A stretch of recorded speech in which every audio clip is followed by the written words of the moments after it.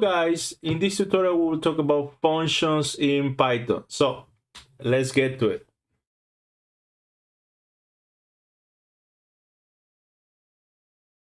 Functions in Python. So basically, function is, or functions in Python are very important. Okay. How I typically introduce this concept is as follows. So if you find yourself repeating the same code multiple times, okay, there is a very high chance that you can rewrite that code as a function.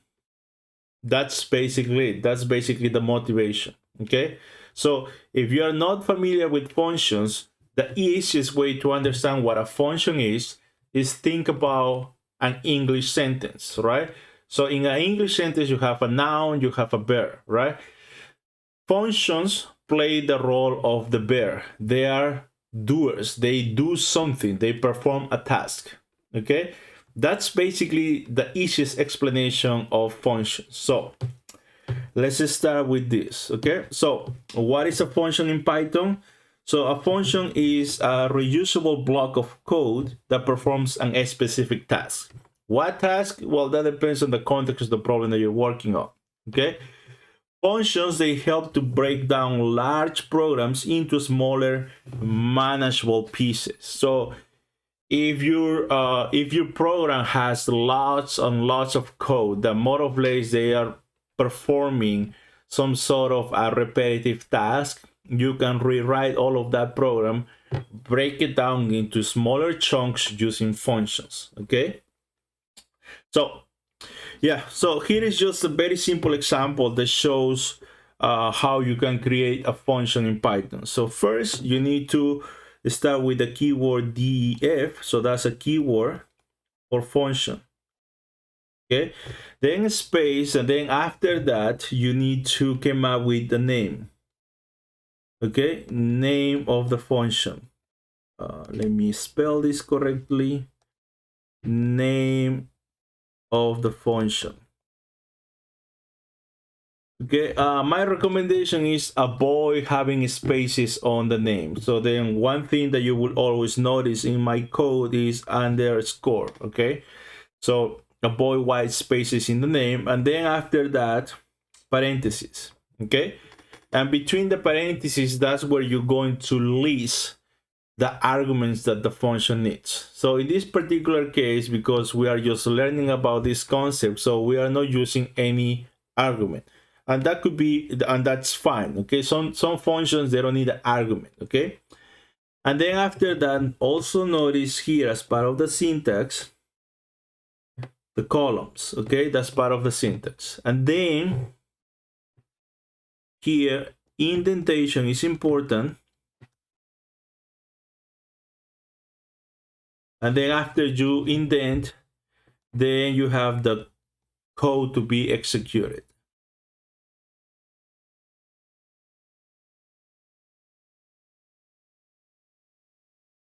And that's basically it. So you start with def space, the name that you want to assign to your function. Again, avoid blank spaces, then parentheses, column, indent, and then you start writing the code that you want to execute. That's it. So this particular function, or this function called hello underscore world, basically just print the following message. It prints, hello, I'm a data scientist. That's it. It doesn't need any arguments. Okay, so once the function is fully defined, then in order to use it, so then you just need to use the name, right? In this case, hello underscore world, and then parentheses, it will print hello, I am a data scientist. That's it. And then exclamation mark. That's it. That's the syntax associated to a function.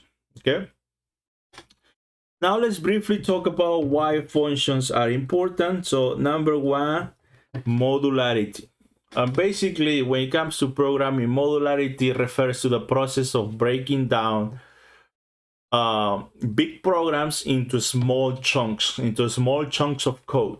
and why you think that is important and why would someone bother doing that is because it's much easier to maintain and to identify potential errors in, for example, in 5 lines of code compared to 100 lines of code. So having a small chunk of code, not only it helps you to maintain the code better, but it also, in the case of errors, it will help you to quickly identify what went wrong. Okay, notice the difference between having to debug 5 lines of code and debug 100 lines of code. Obviously, going through 100 lines of code is going to take a long time. Yeah, it will complicate things. Okay, so modularity is one of the reasons why functions are important. Number 2, we have reusability. So if you have code that you use for function purposes, keep in mind that you can always reuse that, okay, in future projects or in future tasks. Number 3, readability. Okay, so it's much easier to read functions. Again, it's much easier to read, for example, 20 functions that has 5 lines of code in it, each of them, than going through 100 lines of code. Okay, it's much easier to go through 20 functions with 5 lines of code each than going through just 100 lines of code. Okay, readability. Number 4 is debugging. Okay, it's really easy. Well, not easy, but then it's, you know, it will take you less time to identify what is the function that is causing the error, and if that function doesn't have that many lines of code, you should be able to quickly identify what is the line of code that is causing the error and fixing it. Okay, so those are the 4 reasons why functions are important. Okay, and this doesn't only apply to data science, machine learning, or AI. This applies to programming in general. Okay, modularity, reusability, readability, and debugging. So functions with parameters and return value. Okay, so in the previous example, right, on the hello world function, notice that between the parentheses we don't have anything, right? So then that means that that function doesn't need any arguments. Okay, that could be your case, but then what is something more realistic is that your function is going to depend on some arguments. Okay, and then how do you define those arguments? Is very simple. So after you came up with the name for your function, then between the parentheses you need to list the arguments that the function needs. In this particular case, we have, this is the first argument and this is the second argument. Okay, so in this case we're defining a function called add. Okay, again, just for illustration purposes, it needs 2 arguments, and what this function is doing is just adding those 2 values. Okay, again, you may be wondering, why do you need to create a function if I have just the plus operator? But again, just to get more familiar with what a function is and how a function works, so that's what we use in that example. Now, one thing that I always emphasize here is that your function in general, it doesn't have to return something out of the function. So once you create your function, you perform your calculation, okay, you don't have to return something out of the function. However, right, the reason why you create a function is typically because you want to perform some sort of calculation and use that calculation for future calculations. So if that is the case, you typically need to return whatever you need to return out of that function. So in this case, if you want to return something out of the function, then you need to use the keyword return, and that will return something out of that function. If you don't use return, it will perform the calculation, and assuming that there is no mistakes, there is no errors, so then yeah, everything will go well. But if you want to use the final result of that calculation that is sitting inside of that function, you're not going to be able to do that if you are not using the return command. Okay, so keep that in mind. All right, so then here, yes, this is just a very simple function called add. It needs two arguments, a and b, and basically what it does is just add them up. So in this case, so we apply add after the function is being defined. So if we want to use it, use add and then 5 and 3. And basically what that function is going to do is going to add 5 and 3, and the result of this is 8, right? And this 8 is going to be stored here and the result. And then when we print result, we will see 8, okay? And the only reason why we see that again is because we are returning a plus b out of the function. If we don't return that, we are not going to be able to use that output and assign it to a variable like we are doing in this line. Okay, that's basically how you can define a function with parameters. In this case, again, it's very simple. It only needs 2 parameters. In other cases, you may need 3, 4, 5. It all depends on the context of the problem that you're working on. Then let's go to the next section, default arguments. You can also provide default values for function parameters, okay? So here we have a very simple example. Again, what a default value is, that means if the user of the function doesn't specify a specific value for a given argument, so the function will run with whatever default value is defined. So in this case, so we have a function called power, okay, and it needs 2 arguments. What are those? The base and the exponent. And anytime that you see a function like this, like exponent is equal to 2, so that right there is we are clearly defining that the default value of exponent is 2, okay? So if we don't specify, if we as the user, we don't specify what is the value that we want to assign to exponent, what Python will do is it will use 2 as the default value for exponent. That's basically it. Okay, so again, power, it needs 2 arguments, base and an exponent.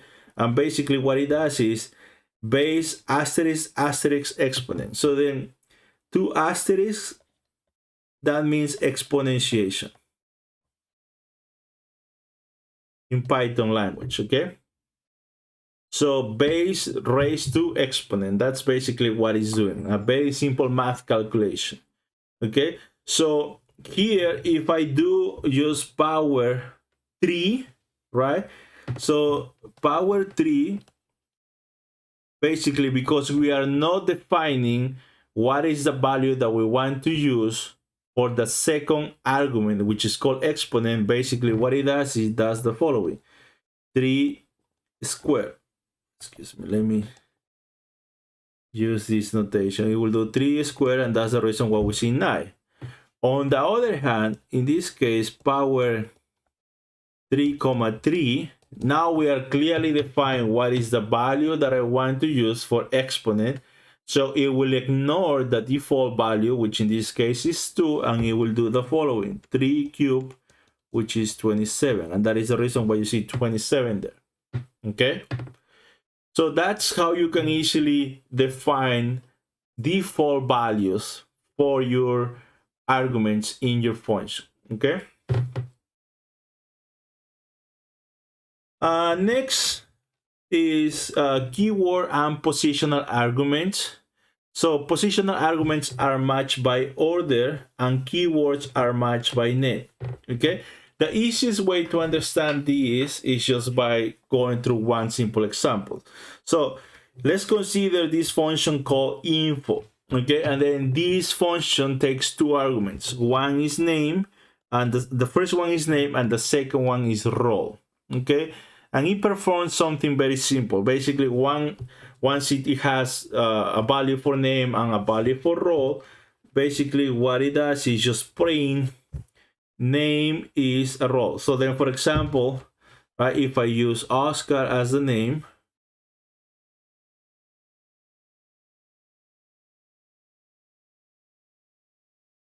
and the role is data scientist.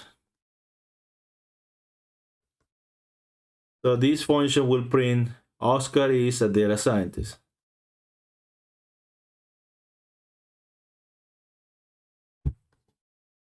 That's what this will do. Okay. Now, if you don't specify anything else, basically now that's what will happen, right? If you enter the values in that order. So now let's talk about, and that's a good segue to talk about positional arguments. So then what Python assume, right, once the function is being defined, that whatever is entered first by the user, that refers or that is the value that you want to assign for name, and whatever is entered second, Python assume that that's the value that you want to assign to role. So if you run this command info Oscar in quotes, comma, data scientist, basically it will print this, what we see here. Okay, so that has to do with positional argument. So if you just enter the values that you want to assign to the arguments, and if you enter those in that specific order, so it will use those as expected. Okay, however, when it comes to keywords, you want to specify the name of the argument equal to the value that you want to assign. The name of the argument equal to the value that you want to assign. And notice that in this second case, we are not entering the name first and the role second. We are just entering role is equal to data scientist, and then name is equal to Oscar. And this is still, let me change the color. And this is still will print, it will work as expected. We will see Oscar is a data scientist. Okay, because we're explicitly telling Python use data scientist for role and use Oscar for name. Okay, so notice the difference between positional and keyword. In positional, you don't need to you don't need to enter the name of the argument. So you enter the values in the order, and that Python will assume that the first value that you enter refers to the first argument, that the second value that you enter refers to the second argument, and so on.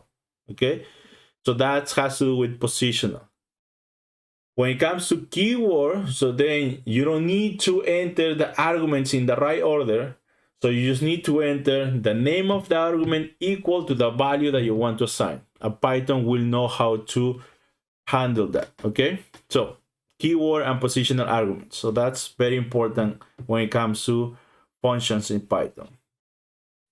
Now let's briefly talk about applications of applications specifically in data science. Okay, so functions, I mean, I use functions pretty much all the time. Okay, so I use functions for data pre-processing. Basically, when you are working with data that comes from some sort of like a real life process, so then there are many instances in which you need to do some pre-processing to the data, meaning that you need to do some sort of cleaning, you need to do some sort of transformation, so then you can use functions to do those type of tasks. Okay, another application of functions in data science is just for feature engineering. And feature engineering, that has to do with creating features or creating columns out of some pre-existing columns. Okay, you can create a function to do that.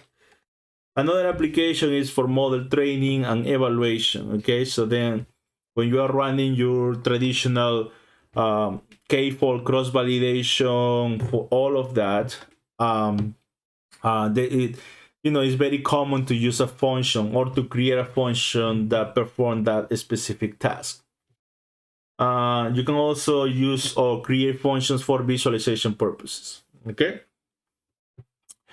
All right, so then here we have a couple of simple examples that highlights how we can use functions in data science in particular. Okay, so then here we have a function called normalize, and it takes a column, and basically what it's performing is just subtracting the mean from each of the values in that column, and then dividing that result by the standard deviation. Okay, so this is a very popular formula or a very popular transformation in data science.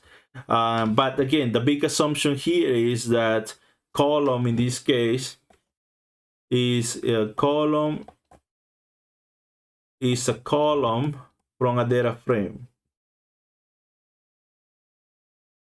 from a pandas data frame, for example.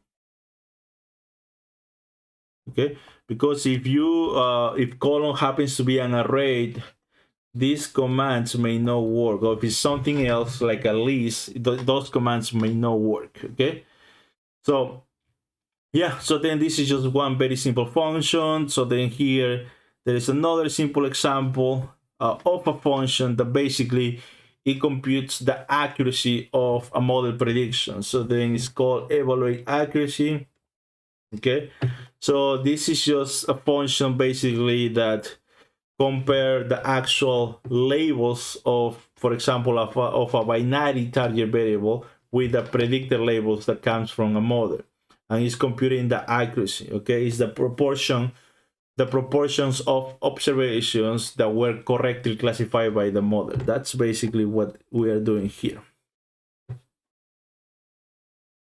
Okay, then another type of function that I just want to mention here are called lambda functions. Okay, and typically these are very common to use, especially when you want to perform some sort of like a quick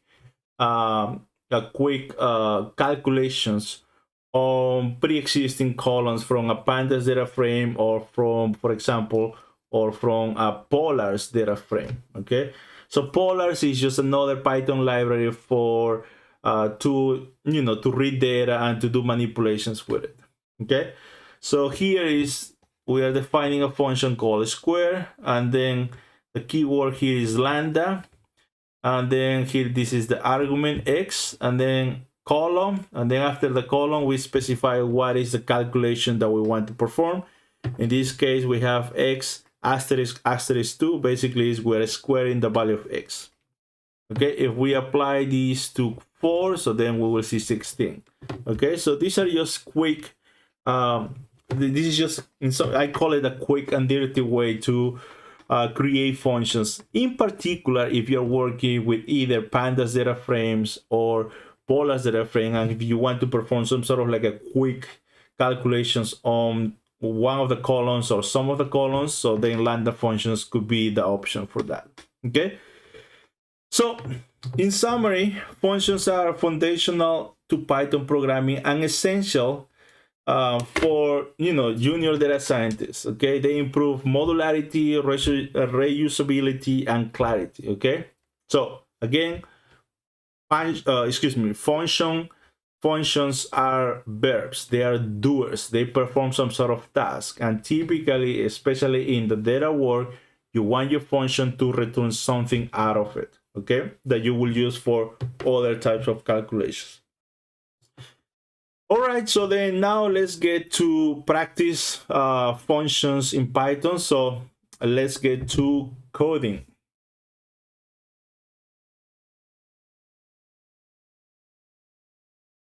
All right, so here we have 3 simple exercises that will help us to get more familiar with functions in Python, okay? So here we have exercise 1 says write a function called calculate mean that returns the mean of a list of numbers. Okay, so let's get to it. So first we start with def, and then we're gonna call it calculate mean. Okay, and then this is gonna take a list. Okay, so my list, and then what I'm going to do is I'm going to perform the mean, right? And the mean has to do with adding up all the numbers and then divided by how many numbers do I have. So it will be sum of my list divided by how many values do I have, length of my list. That's it. So for example, if I have this list called num with these 4 values, I want to use this function. So it will be calculate mean applied to num. So let's run it and see what happens. Okay, so then the average of these 4 values is 3.55. Okay, now let's see what happens if I do the following. So if I do, let's say num now is just one number. Okay, let's see what happens.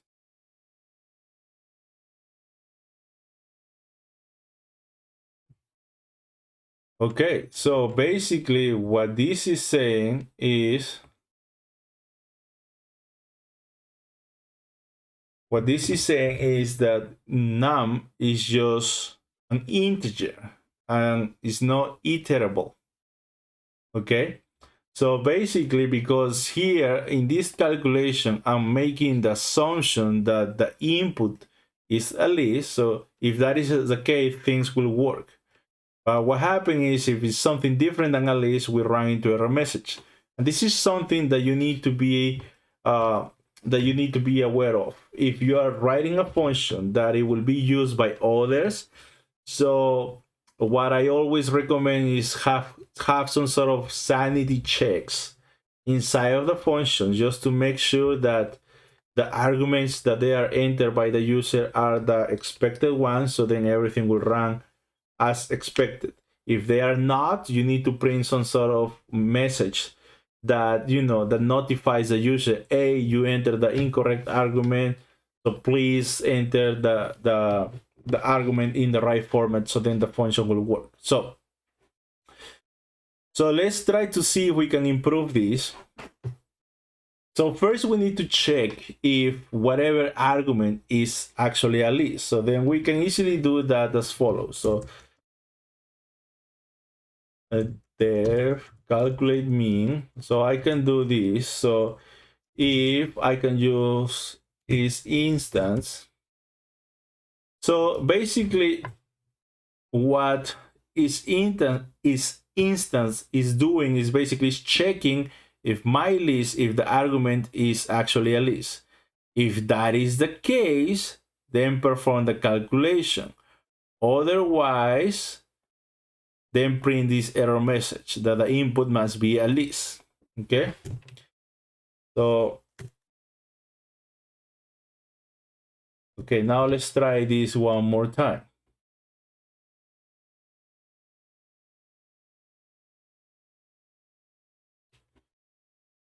Now we see the message, input must be a list, and that's the message that we have here.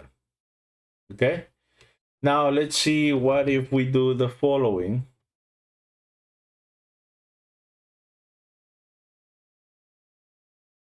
What if now what if I do this? Now let's say by mistake the user entered just a list, but it's an empty list. Let's see if this works. Okay, so it's now here we have a different error message. It says division by 0, because when it's computing the length of the list, because it's an empty list, is returning 0, and the division by 0, that's what is bringing this error up. So then another sanity check that we can include here is if if it's actually a list and the length of the list is greater than 0, meaning that it has an element in it. So then perform this, and otherwise input must be a non-empty list. So let's run this and let's try it now with an empty list. And then now we have the right message, right? Input must be a non-empty list, and that's what we have here.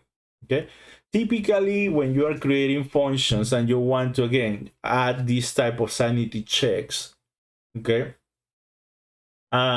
and assuming that you're gonna have if else statements, and then if you want to print a specific message, so then the user knows what happened, so then you need to use type error. Okay, all right. Yeah, so then I just wanted to highlight that, especially again if you're planning to share your function with others, so then you need to make sure that you include these sanity checks. Okay. All right. So exercise 2. So here we have write a function called count missing that counts the number of known values in a list. Okay, so a list can have known values, and then we want to count them. Okay, so let's start with this def count missing, and then we're gonna have my list. Okay, if instance is list and I have more than one element in it, then I want to count that, right? I want to count how many known values I have there. So it will be return. It will be the sum of, and then now I need to check for those missing known values. Excuse me, 1 for x in my list if x is known. So anytime that I find a known value, it will assign the value of 1. Okay, and then at the end, we just sum all the ones. Basically, that's what we're doing. Okay, and then here, else, this must be a non-empty list. Okay, here we go. Let's create one simple list. 1 known, 3 known. Let's print that. Okay, what happened? Count. Oh, it's DEF. Okay, that's the reason it was DEL there. Okay, now let's run this, and we see 2 because there are 2 knowns, 1 known and 1 known here. So this is counting the number of knowns. So then if I add more, known, known, known. Now if I run it, I see 5 because there are 5 knowns. Again. Okay, so again, so what we're doing here is pretty much the heavy lifting. This is just a sanity check. Here we're counting the number of knowns in the list. This is just one way. Another potential way could be the following. So let's copy this, paste it here, and instead of doing these, we can do something like this. My list count known. That's another way. Okay, so now if I print this, I see 5. Okay, this is another of those operators that will count how many times known appears in my list. Okay, and that's one of the beauties of programming in general. Most of the time you will find at least two approaches to arrive to the correct answer. Okay, exercise 3. Here we have the following. So write a function called min max scale that scales the list between 0 and 1. So then this is the transformation that basically, if you have a pile of numbers, it performs the following transformation. It will transform those numbers to the 0-1 scale. The minimum value will get mapped to 0, and the maximum value will get mapped to 1. Okay, so this is the very, very common transformation in data science. Okay, so let's start with def min max scale. Let's start with my list, and again we can use the same sanity checks that we have before, and then here we can extract the minimum value, the maximum value of the values of the list. And then the transformation is as follows. So then is we subtract the minimum value from each of the value in the list, and then we divide by the difference between the maximum and the minimum. And we iterate through each value in the list. Okay. And then let's create this, the simple array with 5 values, 1 through 5. Let's run it. And then here we see these are the transform values. The reason why we see 0 here is because the first value is 1, and that happens to be the minimum, and the minimum always get mapped to 0. And the reason why we see 1 here is because 5 is the maximum, and the maximum gets mapped to 1. Okay, and anything between them is going to be some number between 0 and 1. Okay, so we can use other values too. Now 8, 2, yeah, so let's use those values. Let's rerun. Then now here we have other values. Now notice that now 5 is now mapped to 1, 2, 3, 4, 5. Now 5 is not mapped to 1 anymore because it's not a maximum anymore. 8 now is mapped to 1 because 8 happens to be the maximum of this set of numbers. Okay, so very simple transformation that again is very popular in data science. Okay, so again, these 3 exercises highlights the foundations of functions in Python. So you start with the keyword def, then the name that you want to assign to the function, and then your arguments. Okay, and then you need to indent, and then whatever calculation that you want to perform, you just type that code there. Again, typically when it comes to data science, machine learning, and AI, you want your function to return something, but then that is not a requirement for the function to work. In other cases, a function may not return something. Okay, all right, that's all I have on this tutorial. See you on the next one.